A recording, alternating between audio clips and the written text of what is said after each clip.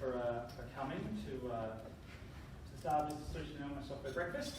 It's been a while since we've been able to have one of these, and I just appreciate everyone taking the time out of their very busy days to make the trip.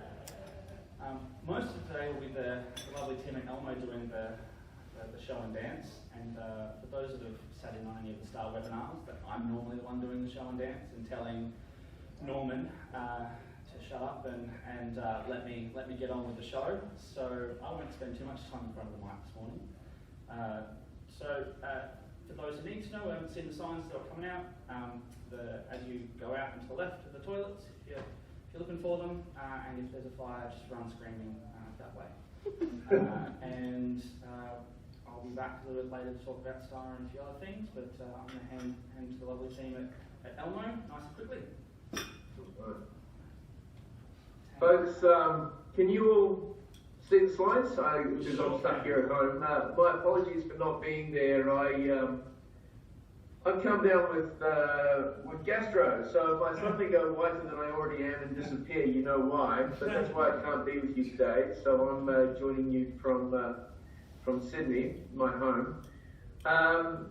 Really what we wanted to talk about today with you guys is some of the patterns that we're seeing in human resources through some survey work that we recently ran. And it's really fascinating stuff that we want to take you through. And you'll see how it all links in with our friends at STAR at the bottom end of it. But first of all, for those that don't know, let's tell you a little bit, just very quickly, a little bit about ELMO for those that don't know. So, just really quickly, we've been around for since 2002. We provide HR solutions from hire to retire. We're an Australian-based company. We're not American. We host only in Australia out of AWS in Sydney. Data stays in Australia, and our focus very much is the Australian-New Zealand market.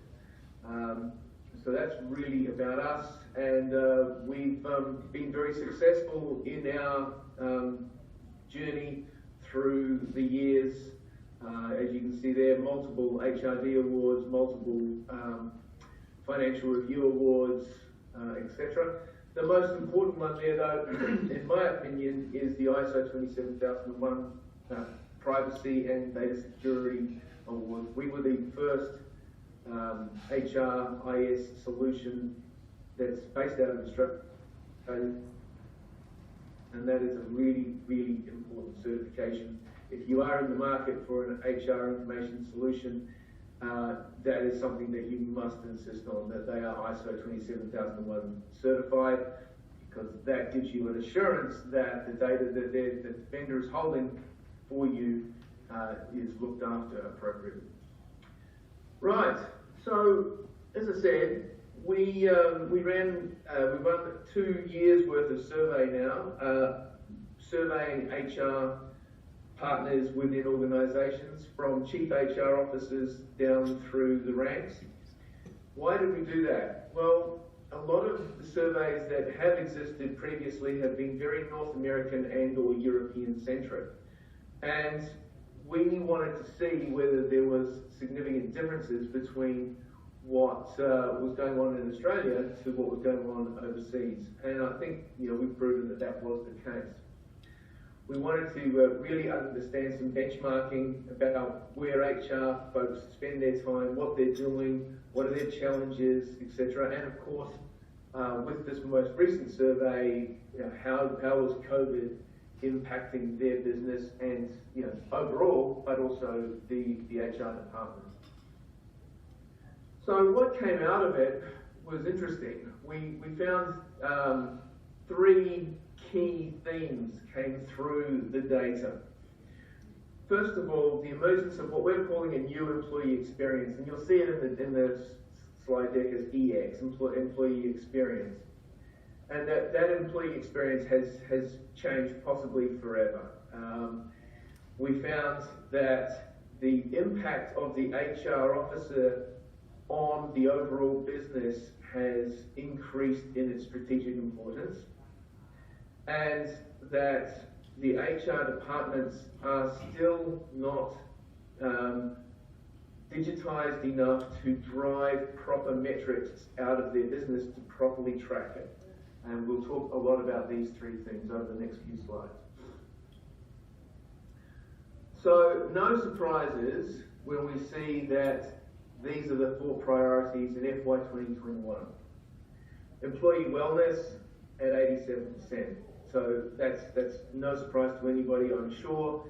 Primarily significant increase due to COVID, with having to worry about staff moving from their desks in the office out to working from home, and then the discussions about how they can come back in and so on and so forth. But not only that, as I'm sure most of you would be aware, if your people are working from home, you still have a duty of care to make sure that they have what they need at home available to be able to do their job. Are their desks appropriate, chairs appropriate, ergonomics, etc.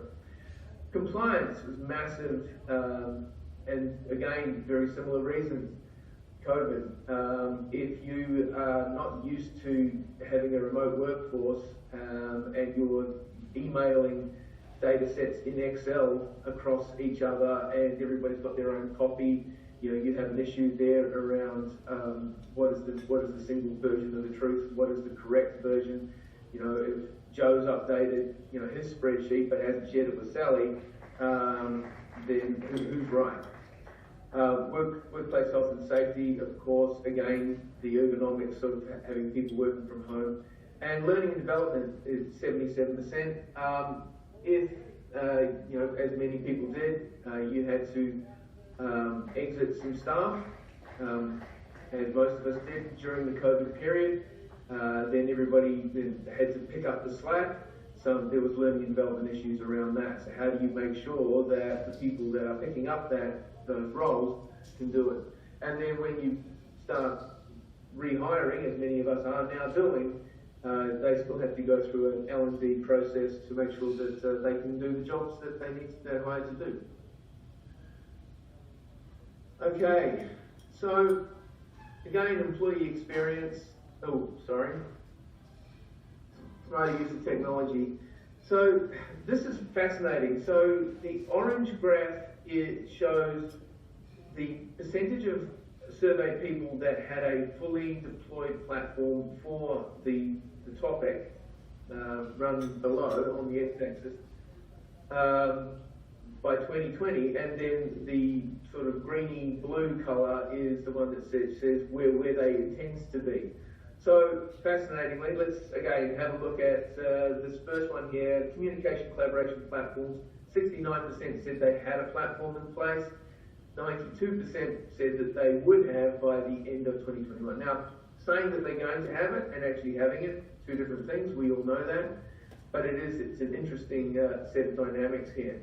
The ones with the really big swings, I think, if you have a look here at self-service, Believe, etc. 54% saying that they had a solution in place, jumping to 84%. Again, when you have remote working, all of a sudden on your doorstep, you're going to have to put in the capability. You're going to have to build that capability in. It is concerning, I think, that the payroll, only 78% had a solution and only 90% are projecting to have one. That seems concerning to me. But here, the big jump has to be the employee wellness programs at 35%, jumping to 77% here. So it's really interesting to see that the desire to digitize HR is certainly alive and well, and for very obvious reasons. So, quickly switching to the second thing that we found, which was the increase in the HR team's strategic importance.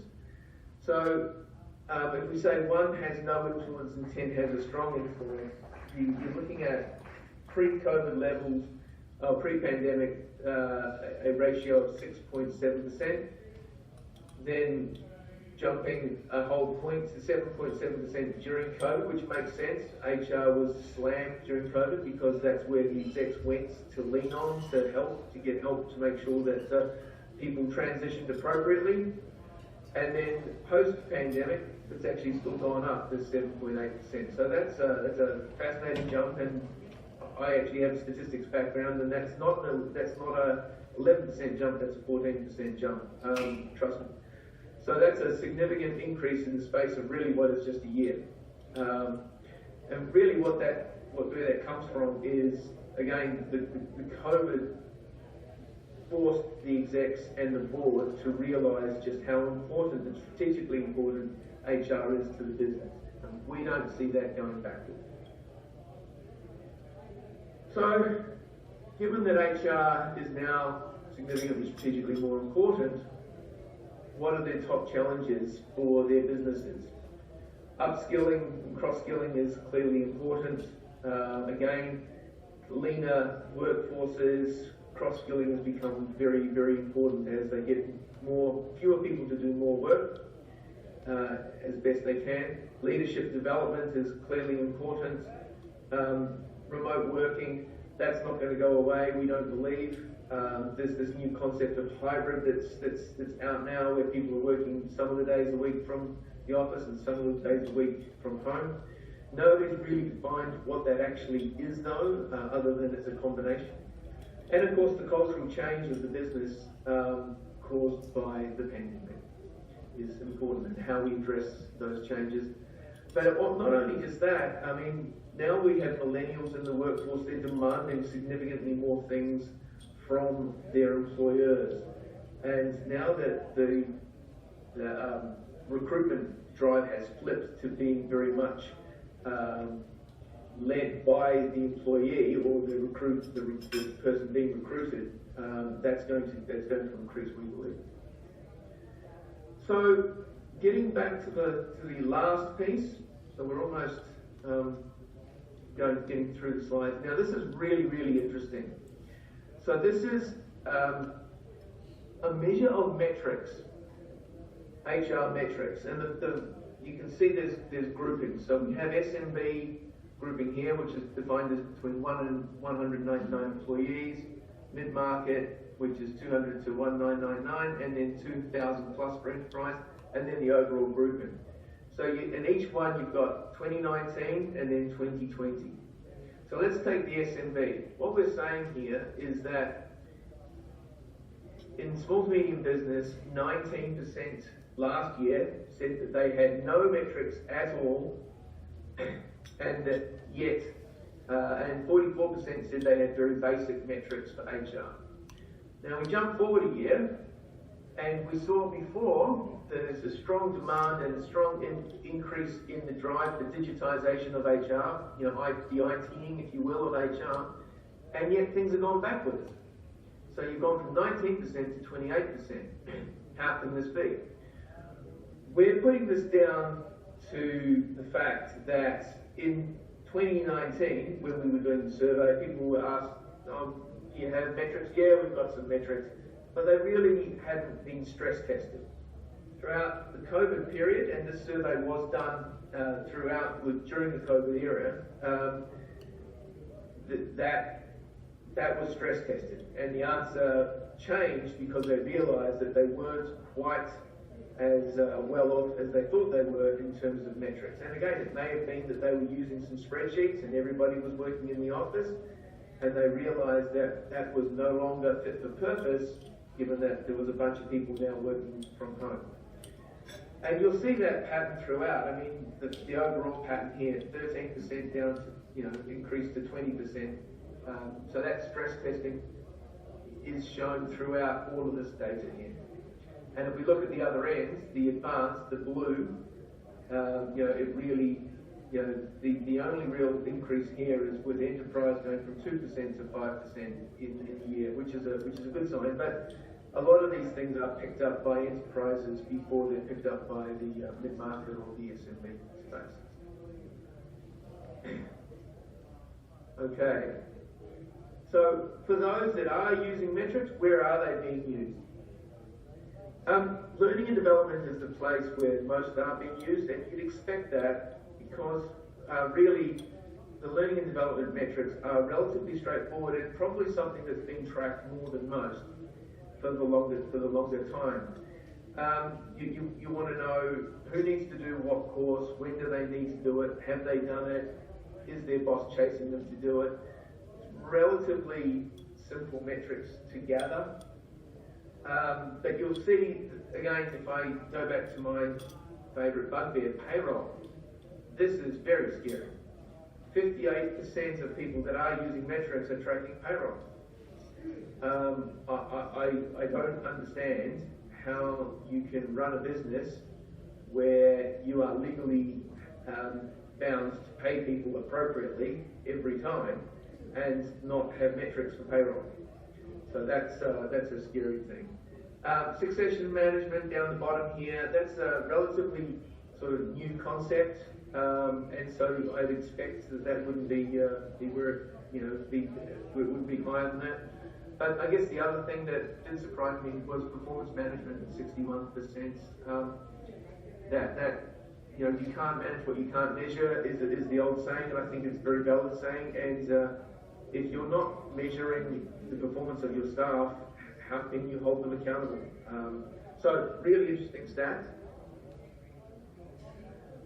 So where are HR people, given that we've got all these changes that have hit, especially HR are more strategically important than ever before. They're trying to digitize and get better metrics running. So where are they actually spending their time? And this is a major concern.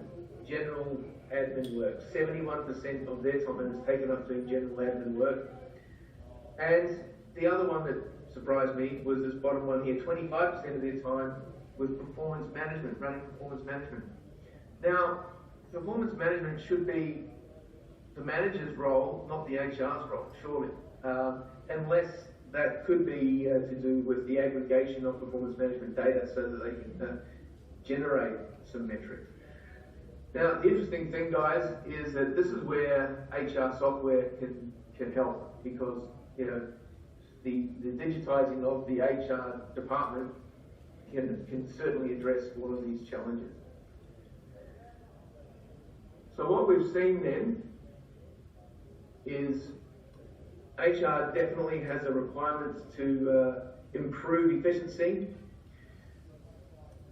needs to drive metrics, and needs to get smarter about using technology to address all of these two concerns, the metrics and the productivity, but also reduce the errors, improve accuracy, develop a single source of truth, which I think is absolutely vital, and improve security and privacy. So what I'd like to do now is stop sharing and switch over to Ganesh to take you through how we would resolve a lot of these issues in the ELMO solution, and I'll talk through some of the challenges, and then Ganesh and I will continue that conversation with you, and Ganesh will show you how we would do it in the ELMO solution. All right, thanks, Robert. It feels a little odd standing here because I've got Rob's face in my t-shirt. All right. All right, so what we'll do is I'll start sharing my screen, and hopefully that makes it a little better. Yes, I can.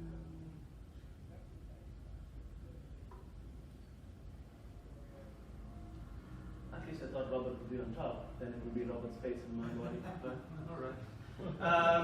Let's just start off then. Perfect. All right. Up to you, Robert, and for you to just go through the challenges, and then we will start. Yeah, just sorry, I'm not actually where I needed to be. Sorry, just a sec, guys.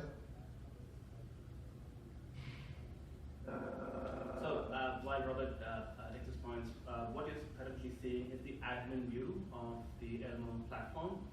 As you can see, it's been branded to ELMO, so obviously it's completely configurable to client requirements.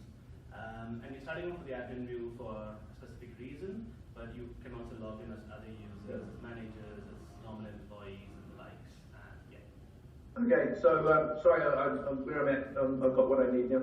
Okay, so basically what we want to take you through is a few sort of challenges that were reflective in the data that we've just shown you, and sort of how we would go about resolving those, as I mentioned before. So the first one is really around no central repository of employee data. So again, that leads to multiple versions of the truth. Especially if you're running off a spreadsheet or some sort of version, old system like that, or it's an on-premise system and you couldn't get to it during the COVID period is another example. And the challenges that you face there are very much around productivity and efficiency, but also governance issues. Remember that the HR data repository is something of a legal set of data, and you've got people's bank details potentially, superannuation details potentially, but more, just as importantly, their performance ratings, all sorts of information there. So, it does drive challenges around governance and privacy. So, Ganesh, would you like to take that further? Absolutely. Thanks, Robert.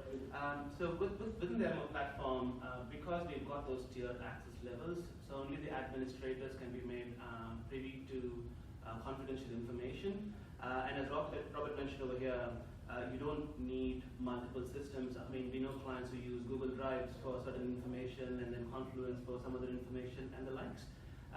Within ELMO, what we enable for you to do is have everything loaded into the platform. So we talk about positions, departments, or even users. Every information over there can be entered over here. The other aspect with ELMO is that if there are employees who leave the business, we don't delete their information, we make them inactive, as you can see over there, at any point in time. So information even for employees who left the business can be retained, and we maintain that for up to 7 years as per the legal compliance. And the other one, in terms of the governance issues, is if I log back into the administration and the administration call, basically you would see something called security profiles. So using that, what we can do is sometimes we get clients who come up to us and says, hey, X-manager would like access to certain parts of the system. Can we have that alone provided? So using security profiles, you can have specific areas of the system allocated to different managers. And if they no longer need access to that, we can just go ahead and remove it. So we can make it temporary as well at any point in time. Over to you, Robert. Okay. So the second problem illustration we want to talk you through is employee self-service. So there's a number of points here. First of all would be, if you don't have employee self-service and you've got a reasonably large team of employees, they're sending their updates to you, the productivity and efficiency issues are very significant. And of course you have human error, because they need to write it to HR then need to take it and key it into whatever they need to key it into, and every time that has to happen, you run the risk of human error, so which leads to accuracy issues. But on top of that, if the employee has access to a self-service and they update their bank account or their address or their superannuation scheme or whatever it is, and they get it wrong, it's on them. If they send it to you and you get it wrong, it's on you. So there's a risk mitigation issue here that needs to be thought through. Additionally, there's challenges around data ownership and responsibility, and with a lot of the self-service solutions, there are validation steps that are taken. Certainly with ours, there is. So I think that this is a really important area of HR now that we're moving to these hybrid models. Ganesh, do you want to talk further about that? Of course. So from an employee perspective, as I mentioned, they can be made available access to a login portal where they can log in and use it for a gamut of activities like employee self-service, maybe tackle their learning activities, performance, and the likes. And Robert touched upon a beautiful point, which is hybrid working environment. So So obviously you've got people working anywhere, maybe on the way to office, in office, or even on their tablets and laptops. So as you can see, the mobile, the ELMO platform is completely mobile responsive as well. And when employees log in, what we can do is we can provide them access to go ahead and keep their information updated. We will be looking at the learning module later on, where you can have, as Robert mentioned, with those governance and those legislative issues, you can ensure that they accept those policies to let them know that they need to go ahead and update the details themselves. But once they do that, using the ELMO portal, they can go ahead and review the personal information at any point in time, make changes to them, and that can extend to the payment details as well. Now, obviously, that alone does not conclude conclude things. You would want integration with, for example, a payroll tool, because you would need to keep all the systems in sync.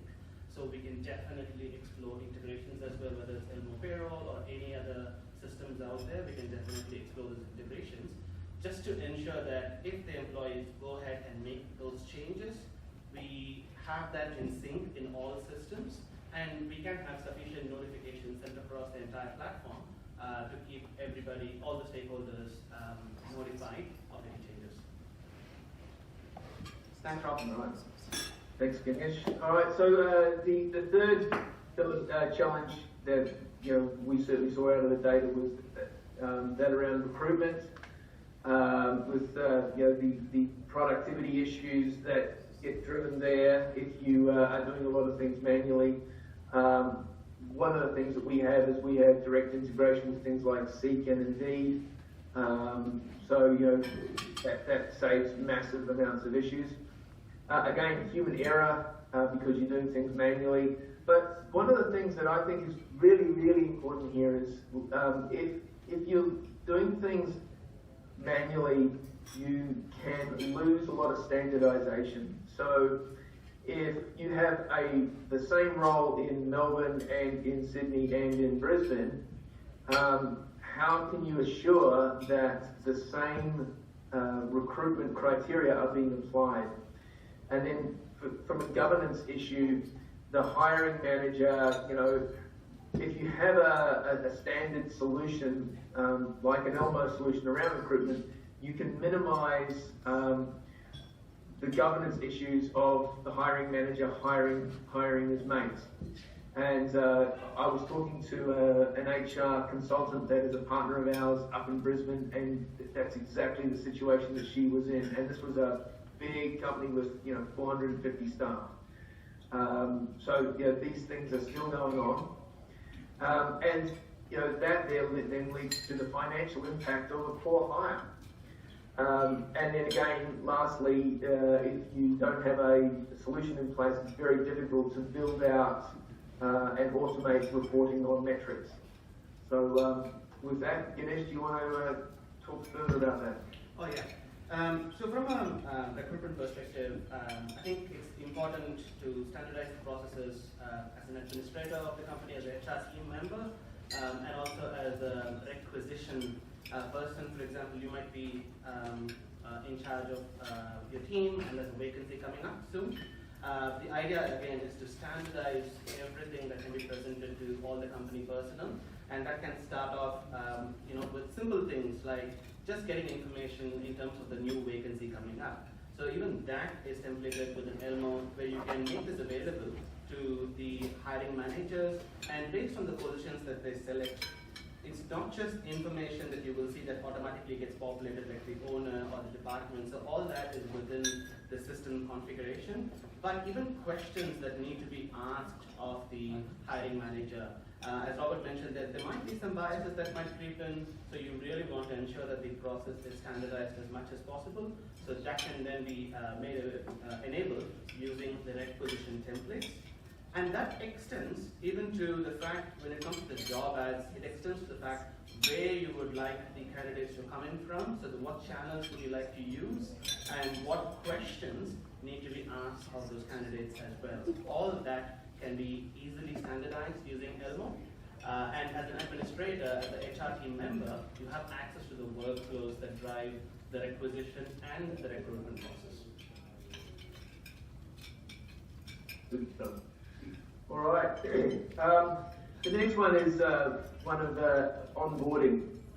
So once the recruited candidate has signed up, they're going through an onboarding process, and this is becoming so important, especially as these millennials start coming through. They are demanding so much more about from their employers in terms of an experience.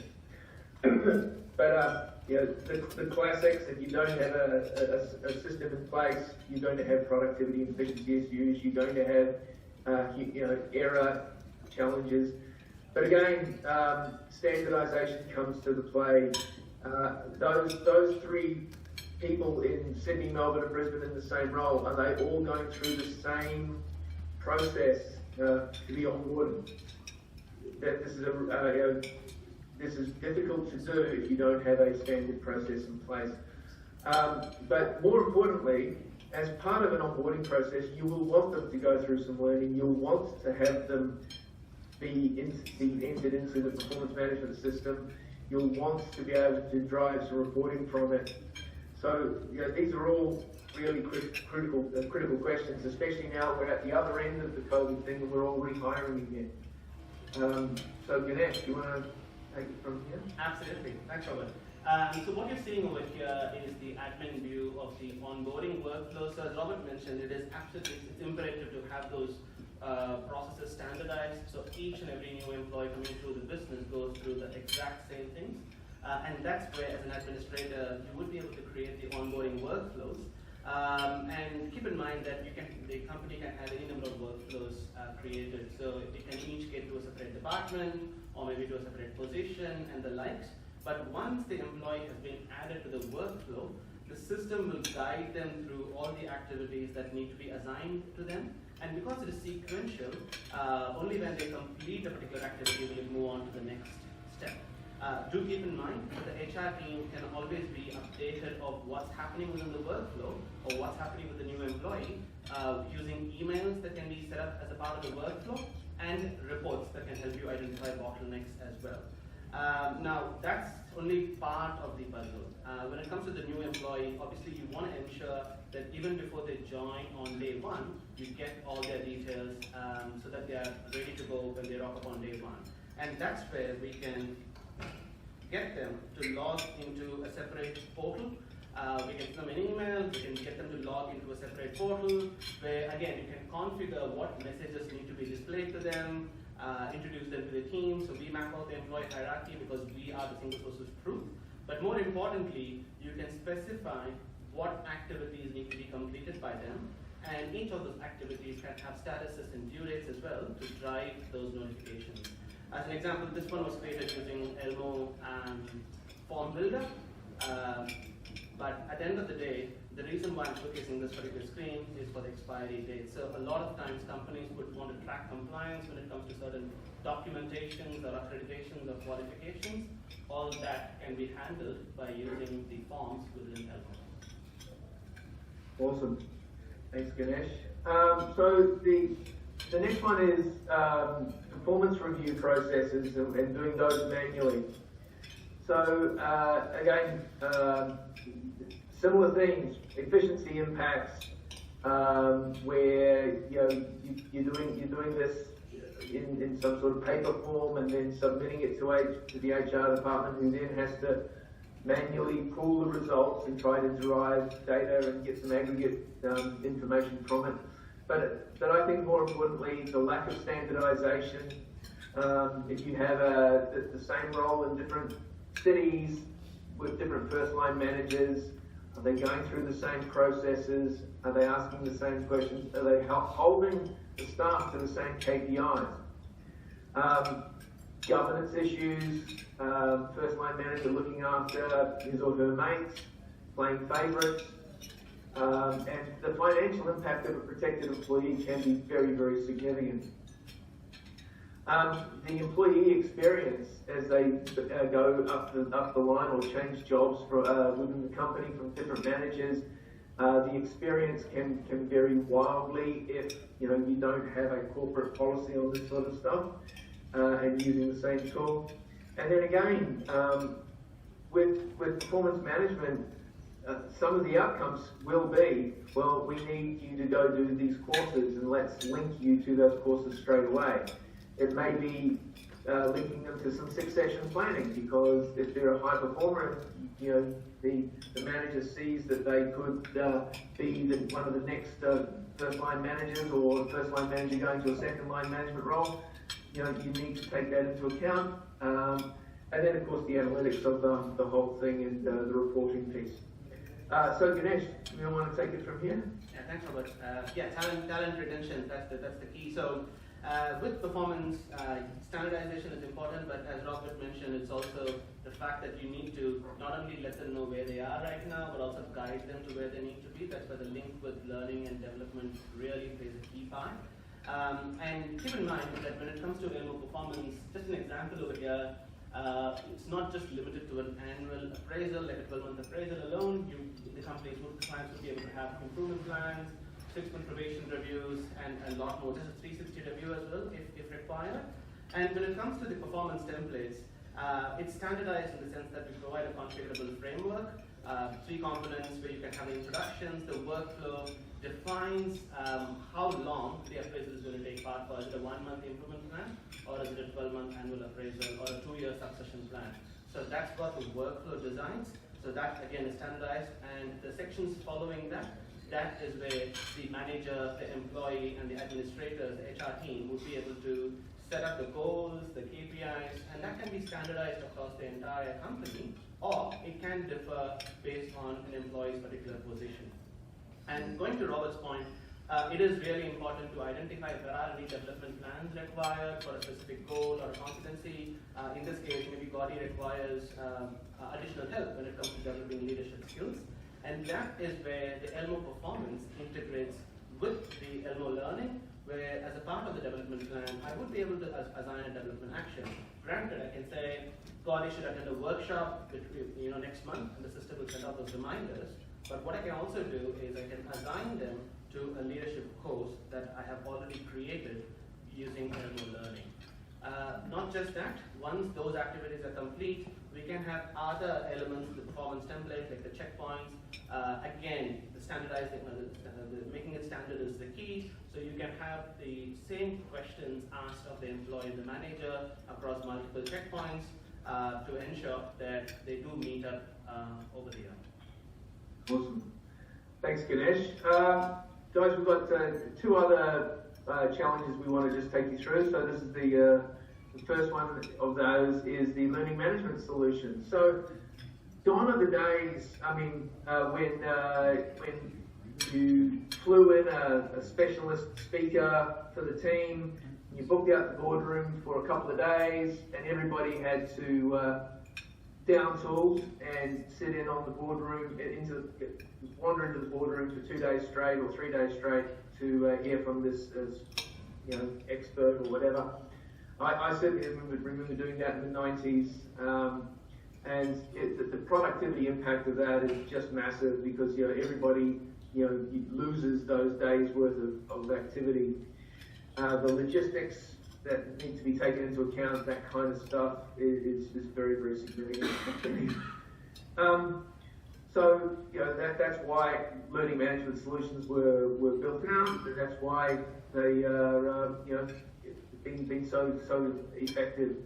But again, if you don't have one, on top of those other productivity issues, you've got governance issues. How do you know who attended the course, who passed, how are you tracking it?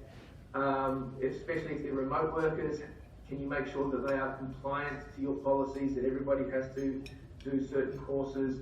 And then lastly, of course, it comes down to the metrics as well and how you're tracking them.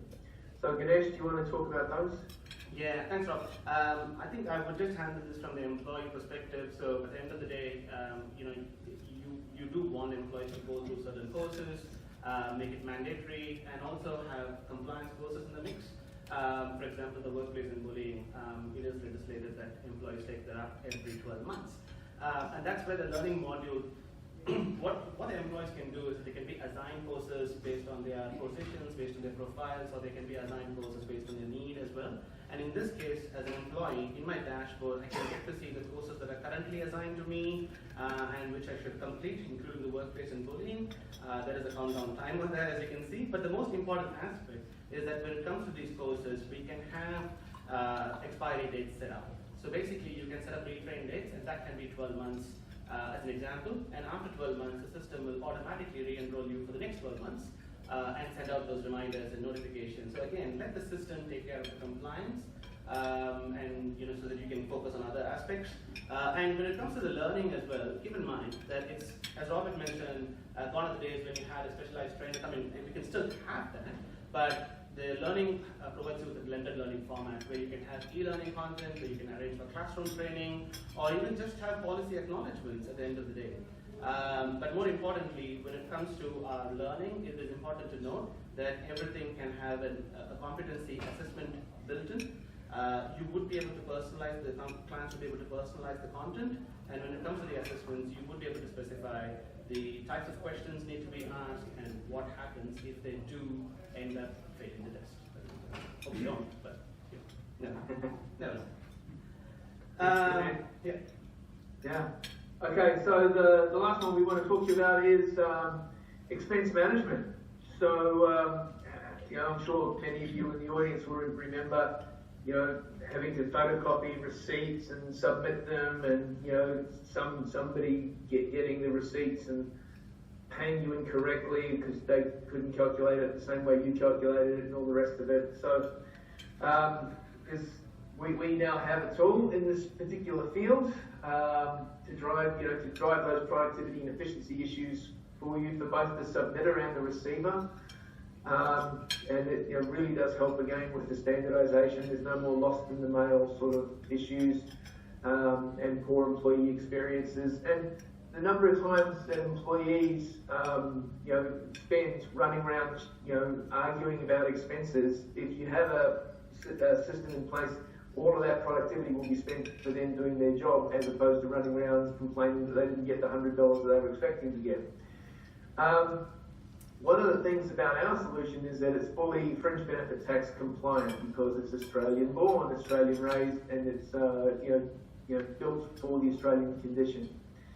And the other thing that a solution like ours can certainly help with is it can help with the metrics to identify the big spenders that can then be addressed versus those that are more frugal with the company's money. So Ganesh, do you want to take over on that one? Absolutely. And for that, I'm going to log in on my phone so I can show the employee experience. Apologies if I do get any embarrassing texts in advance.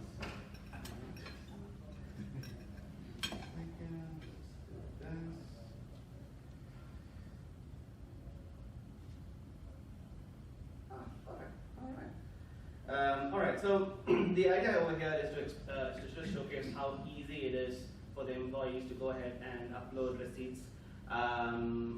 They might just go after 2 days even, maybe you go get a coffee, and how easy it is to upload receipts and then send it across a workflow to maybe the managers, the administrators, and the finance team, who can then go ahead and reimburse you for that amount. So to start off with, as an employee, I have the web expenses, by the way, is available as a mobile app, so I would be able to go ahead and click a photo of the receipt. And we use OCR, so you don't have to manually enter any information. So once we do that, the system will automatically.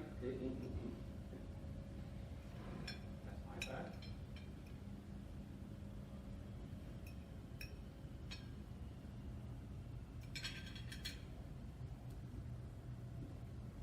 Just have to wait for the internet. My internet is acting up. Sorry, guys.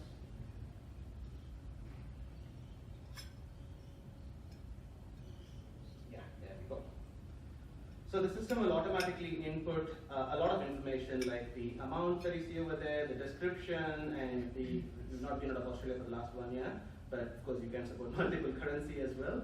And if it has GST or no GST, and to what Robert was talking about with the expense type. So you can definitely have multiple expense types configured in the system, and that can correspond to the ones that you have in your ERP or in your finance system at the end of the day.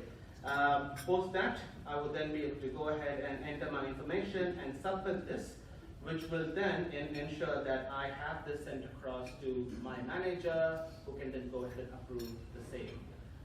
Just wanted to showcase the employee experience in terms of how easy it is to go ahead and capture the receipt and send it across. But over to you, Robert. Great, thank you, Ganesh. All right, so I'll get the, if you can stop sharing, please. Yes, just with my phone Zoom, it's always a problem. Okay. Give me a second.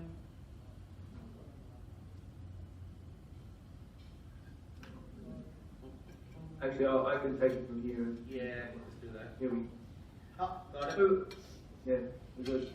All right, guys, that's pretty much it from ELMO. Josh, do you want to take over from us? Yeah. So that's new.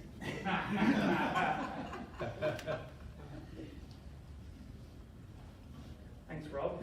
No. So, just I guess a little bit of introduction. So some of you have obviously met me as we've come in. I think a lot of faces I've met over the years. So I'm Joshua Diffie. I'm the General Manager of Sales at Star, and Eric Sara is sitting over the middle there. He's General Manager of Operations.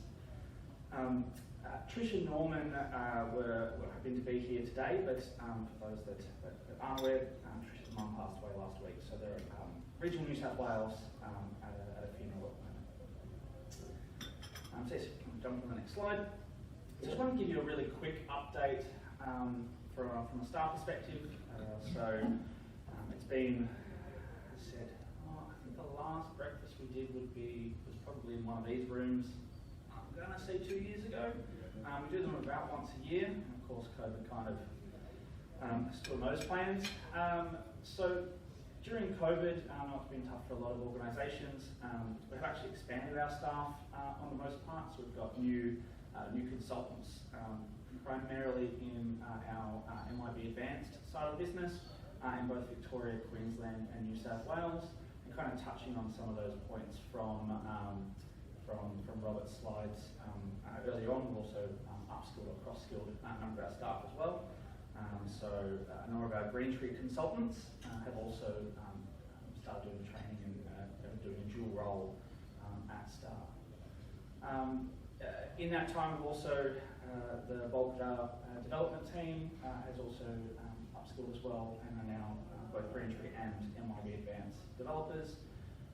And I think that new clients is probably actually a little lower than than it actually is. I think there's actually a few extras that I may have missed in my quick reporting. But in the last 12 months, we've put on a little over 18. Actually, no, in the last 6 months, we put on a little over 18 new clients. So obviously, from an ELMO perspective, a lot of people in the room are either MIB Green Tree or MIB Advanced users. And part of the question probably is, where does this all tie in? So ELMO is its own standalone product. We've obviously seen from Ganesh the user interface and the like, and it has quite a large breadth of features. And there is just a reality that there's a little bit of crossover between some of the things that Green Tree Advanced do and some of the bits that ELMO has. And so the integration piece is really a client-by-client conversation. In some instances, ELMO might bring us to the table, and so we might just be handling the finance side of the equation, with ELMO doing payroll. And in other situations, we'll bring ELMO to the table to handle some of the e-learning and recruitment and onboarding and so on, to really strengthen the solution. So both MIB Advanced, MIB Green Tree and ELMO, all three products have APIs, so really just a conversation on what direction and really that single source of truth really comes back to it. So I did try and give as much of the session to the ELMO team today, so I think that's pretty much from my perspective the things that I wanted to really hone in on and kind of bring that back to you guys. I think whether or not you've got some questions for Tim at Sarah, Tim at ELMO. We're quite happy to take some now, and also if there's some more specific or tailored questions that you want to kind of mingle around with us afterwards as well. We've got room for a bit longer than probably till 9:30 or 10 o'clock, so people can hang around and ask questions or whatever works for you guys.